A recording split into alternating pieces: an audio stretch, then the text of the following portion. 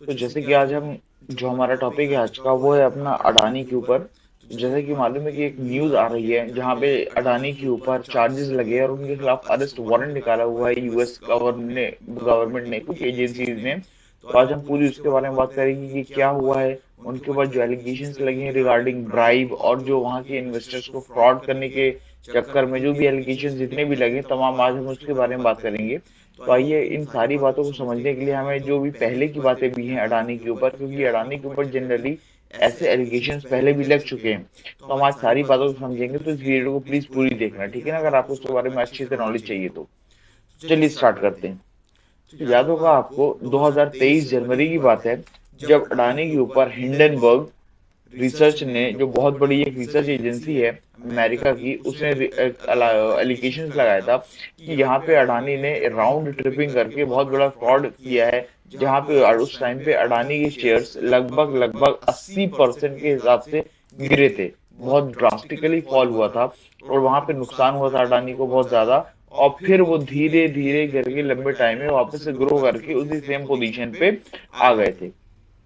But यहाँ पे जो हुआ है, यहाँ पे डायरेक्टली उसे उनके खिलाफ वारंट निकाला हुआ है, अरेस्ट वारंट, और इस बार किसी टाइप ऑफ रिसर्च नहीं बल्कि वहां पे खुद गवर्नमेंट एजेंसीज जो है उन्होंने निकाला है। तो क्या बात आती है कि यहाँ पे मैटर कुछ अलग है या सेम वही स्ट्रेटेजी है जो पुरानी हिंडनबर्ग ने अपनाई थी, या फिर इसमें कुछ किसी का कुछ झोल है, या फिर कोई इन्वेस्टर्स मिले हुए हैं, या फिर शॉर्ट सेलिंग की जा रही है, क्या है। इन सबको देखते धीरे धीरे सारी बातें समझ में आ जाएंगी।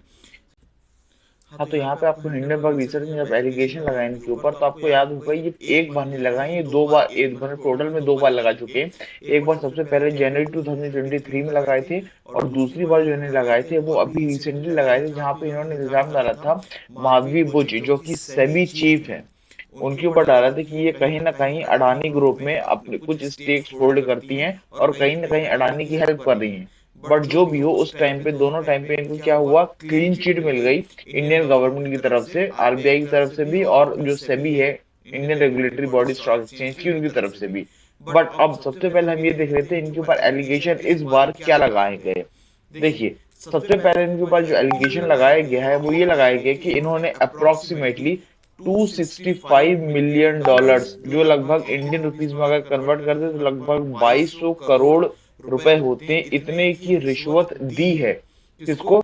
इंडियन जो भी ऑफिशियल्स है उनको ही दी है। इनका क्या होता है बेसिकली, अडानी ग्रीन नाम का जो भी एक प्लांट है, अडानी ग्रीन, इनका बिजनेस है अडानी ग्रीन, वहां पे सोलर पैनल के लिए कुछ कुछ तो भी प्रोजेक्ट होगा, वो लेने के लिए इन्होंने इतने की ब्राइब दी है।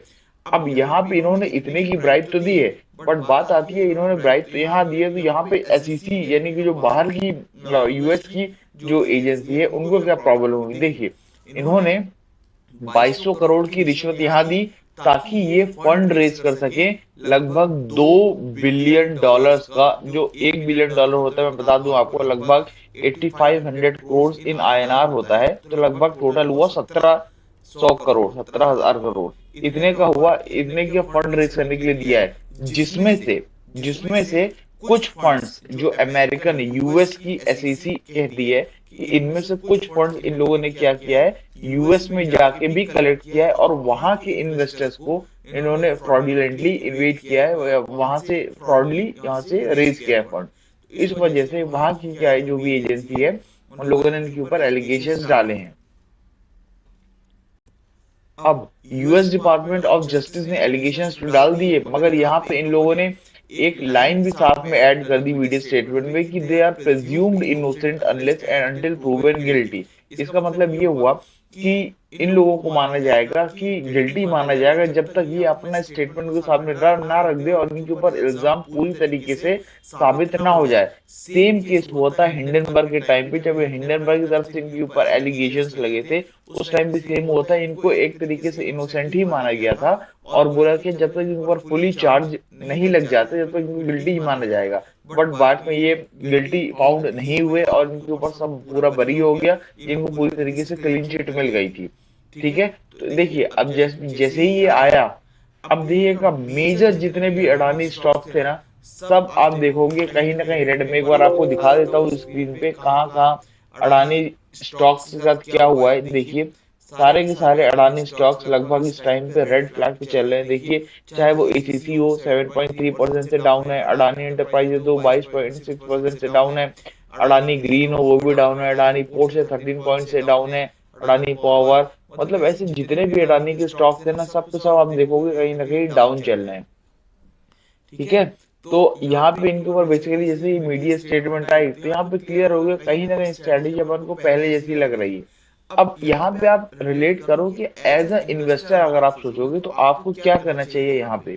ठीक है, देखिए, जब हम हिंडनबर्ग की पहले की बात करें 2023 की, तो उस टाइम पे क्या हुआ था जब रिपोर्ट आई थी हिंडनबर्ग की, तो वहां पे 80% से लगभग स्टॉक ड्रास्टिकली फॉल कर गए थे।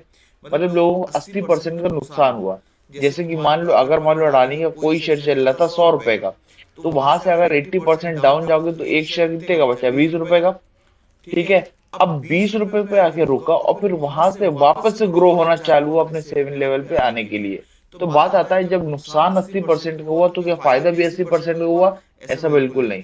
जब आप 20 रुपए पे कुछ लोगों ने शेयर खरीदा ना, तो वापस यहाँ आके कितना हुआ, लगभग 4 टाइम्स का प्रॉफिट हुआ। यानी कि अगर 20 रुपए पे किसी ने शेयर खरीदा और वो वापस से गया 100 रुपए में, तो उसको टोटल कितना हुआ, 400% का प्रॉफिट हुआ। तो इसका मतलब क्या ये हुआ कि अभी यहाँ पे लोगों को खरीद लेना चाहिए? नहीं। या फिर लोगों को पैनिक होना चाहिए, बेच देना चाहिए? ऐसा बिल्कुल नहीं है। थोड़ा सा होल्ड करना चाहिए यहाँ तक, और आप अपनी रिसर्च भी कर सकते हैं, बट यहाँ पे मेरा जो कहना है, थोड़ा सा होल्ड करके रखना चाहिए यहाँ पे, और फिर देखना चाहिए शायद और गिरे या फिर और कुछ बातें आगे निकल के आए इनके बारे में, और फिर यहाँ से देख सकते हैं कि आपको लेना चाहिए स्टॉक। बट हाँ, मेजर अगर कंसिडरेशन देखा जाए तो सेम कहीं ना कहीं पहले जैसी ही स्ट्रेटजी चल रही है, और को देखते हुए लगता है कि क्या करना चाहिए, आपको शेयर खरीद लेना चाहिए। अब जनरली हम बात करते हैं अडानी शेयर्स की, कि जब पहले हिंडनबर्ग की रिपोर्ट आई थी तो वहां पे सिर्फ अडानी के शेयर्स डाउन गए थे। बट यहाँ पे अडानी के शेयर्स तो डाउन गए ही हैं, साथ में अडानी के बॉन्ड्स, अडानी के जो बॉन्ड्स हैं इस बार ये भी डाउन चले गए हैं। बात आती है बॉन्ड्स क्या है, देखिए अभी ब्रीफ में समझाता हूँ। बॉन्ड्स एक फिक्स्ड इनकम सिक्योरिटीज होती है, बेसिकली एक काइंड ऑफ लोन समझ लीजिए जो अडानी लेती है पब्लिक से। अगर आपको इसकी डिटेल्ड वीडियो चाहिए तो मेरे चैनल पे ऑलरेडी पड़ा हुआ है पूरा बॉन्ड का थियोरेटिकल लेक्चर, आप जाके देख सकते हैं। तो यहाँ पे इस बार बॉन्ड भी गए, जो एक तरीके से बोल सकते हैं सेफेस्ट सिक्योरिटी होती है किसी भी कंपनी में पैसा लगाने के लिए, वो भी इस टाइम पे डाउन चले गए। तो कहीं ना कहीं बहुत ज्यादा दिक्कत वाली बात है। अब बात आती है इनके ऊपर और क्या एलिगेशंस लगाए हैं एसईसी ने।